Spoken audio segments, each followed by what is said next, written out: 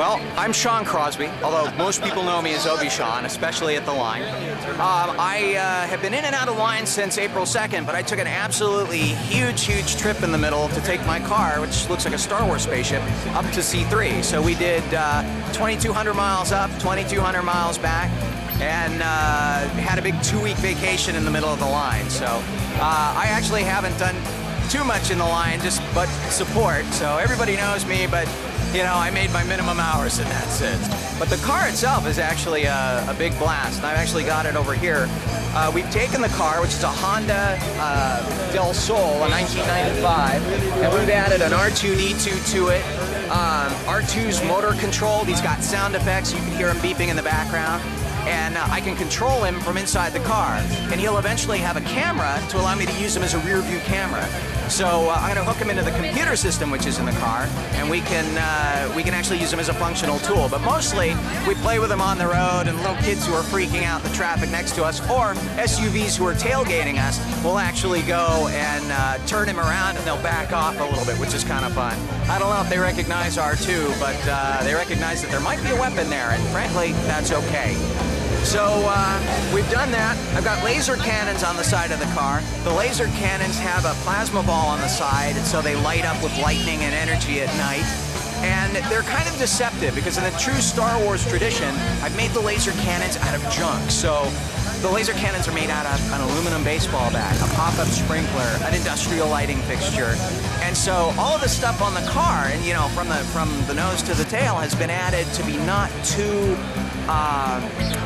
too irreplaceable, something I can easily replace if something goes wrong with it or somebody does some damage to it. So the entire car has been painted with rattle cans from the hardware store. All of the rivets, 400 rivets, are painted rhinestones because I didn't want to drill 400 holes in the car because it just didn't seem like a good idea structurally. So I've got all of these rhinestones painted black and glued to the car. Inside the car, I've got a computer system with DVD playback. It plays some of the older LucasArts games, so I can play, you know, Rogue Squadron 3D and that kind of stuff. And it has a GPS system, so I can use mapping software with it. We use that when we go to kids' charity events, and the kids will sit down, and when the kids sit in the driver's seat, they're like, wow, I'm flying the car, which is great. The passenger always sits there and goes, wow, I'm really bored. So now we have this computer system so that the kids can have fun too. On the driver's side, I've cut the steering wheel to look like a flight yoke. I've got a stereo controller that controls a 60-gigabyte hard drive that has all my MP3s on it. So I've got every piece of Star Wars music known to man.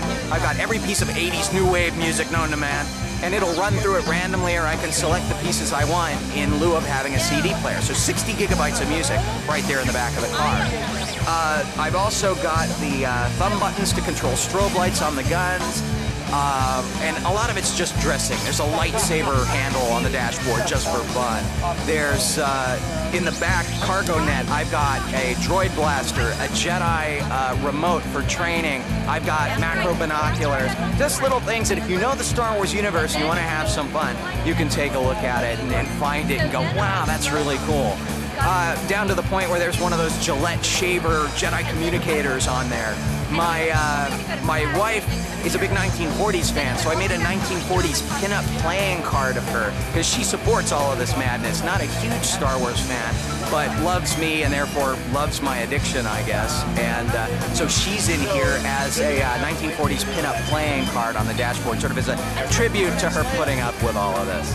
And it lights up like a Christmas tree at night, and I'm always making changes to it. It's just this never-ending art project that no matter who I've met, everyone always digs it. There hasn't been anybody come up saying, this is the worst thing I've ever seen. What's the matter with you? People show up in business suits and go, you know, don't tell my buddies, don't tell my boss.